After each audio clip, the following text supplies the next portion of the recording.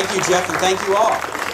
What a nice thing to pull up here at Manchester and see such a good crowd of people who are doing good things in the Commonwealth. And you're going to hear some interesting announcements today, but also, most importantly, you're going to hear some great stories and testimonials. Let me do a couple of thank yous first to Jeff and Dr. Newsom for the great work you do here at the school and in Chesterfield. You guys are setting great standards for education of our young, and it's been a real pleasure to have a long association with good leaders here in Chesterfield, and I'm glad to be with you today. Two members of the state legislature, the state senator here, Ralph Northam.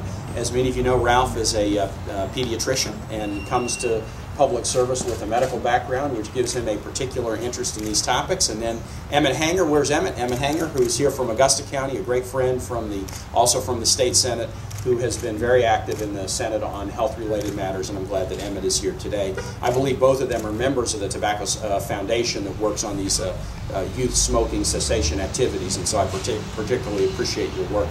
And then Marty Kilgore. Marty's the head of the Tobacco Settlement Foundation, who works on the anti-youth smoking initiatives and has done a very good job for 3 governors now in that capacity, and we're very glad to be here with Marty. Karen Remley, my head of the Department of Health, and the Department of Health plays a key role in prevention, and I'm very glad to have Karen here with us today too. Well, we're going to talk about 2 things today, 2 very important things. Successful state initiatives in preventing youth tobacco use, and also a new program that we just recently rolled out that continue the state's efforts to stop state employees from smoking. Let me talk about youth smoking first. Today we're very happy to announce the results from the recently completed 2007 Virginia Youth Tobacco Survey, which is a survey that's done every other year to determine the practices of young adults, youngsters in Virginia on smoking. And the good news is that the survey shows that youth tobacco use in Virginia has fallen to its lowest point in this decade. And in fact compares now very favorably against national averages, which for a state like Virginia that has been a tobacco growing state is actually very, very impressive. Let me share some statistics from the survey. The percentage of high school students in Virginia who smoke has declined from 29% in 2001, only 1 in 3, to 15.5% today. And the percentage of middle school students who smoke has fallen from nearly 11% in 2001 to 4.6% in 2007. That is good news. That is good news. And both of these statistics show that in essentially a 6-year time period, smoking among high schoolers and smoking among middle schoolers has been cut in half. That is a tremendous achievement. Virginia has remained below the national average for youth smoking since 2003, which is a very significant accomplishment for our Commonwealth. The national average of kids in high school who smoke is about 20%. Virginia's is at 15.5%, significantly below the national average. And furthermore, we're able to track that the amount of cigarettes that have been purchased by youth in Virginia, as you would expect with those statistics, has declined dramatically in recent years. This survey is conducted every 2 years by the Virginia Tobacco Settlement Foundation in cooperation with the VCU Survey Research Lab and the Community Health Research Initiative.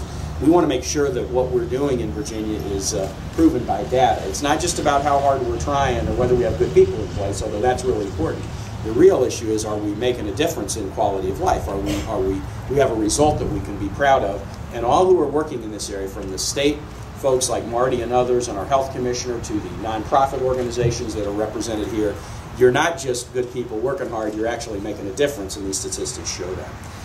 The Tobacco Settlement Foundation has done a very good job of teaching young people in our Commonwealth to avoid using tobacco products and make healthy lifestyle choices. They do that in the classroom, they do that on TV, they do that in other media that young people can access and become aware of. Every year through these various media venues and tools, Tobacco Settlement Foundation serves 65,000 children directly with instructional programs in communities around the state, and educational programs that are provided indirectly. They reach more than 750,000 children since 2001.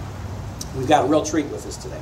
We've got an 8th grader right here at Manchester, Allison Brown, and Allison is going to give us the consumer's view, the bird's eye view of these educational programs. She's going to talk a little bit about the VTSF-funded Life Skills Training Program.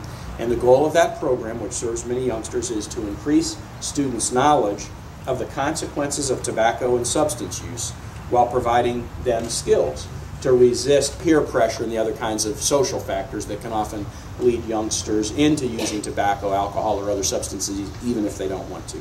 Allison is here with her very proud parents. She's the youngest of 3 kids, got 2 older brothers, which I know that makes her tough. And we're very, very glad to have Allison here. And Allison, why don't you come up and share your story? Please give her a round of applause.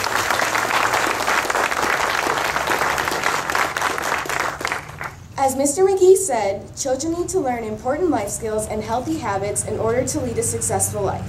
The Life Skills program has taught me and my fellow classmates the life skills we need to reach our full potential. We learned about the negative effects of alcohol and tobacco abuse, as well as how to deal with peer pressure. In class, we learned specific health defects related to tobacco usage, such as lung cancer and gum disease. We also touched on how peer pressure can lead you to these bad habits. I'm sure that the program has enlightened many youth, including myself, to make different choices and live a long, healthy, tobacco-free life. The Life Skills program is a great tool to help reduce tobacco use among youth.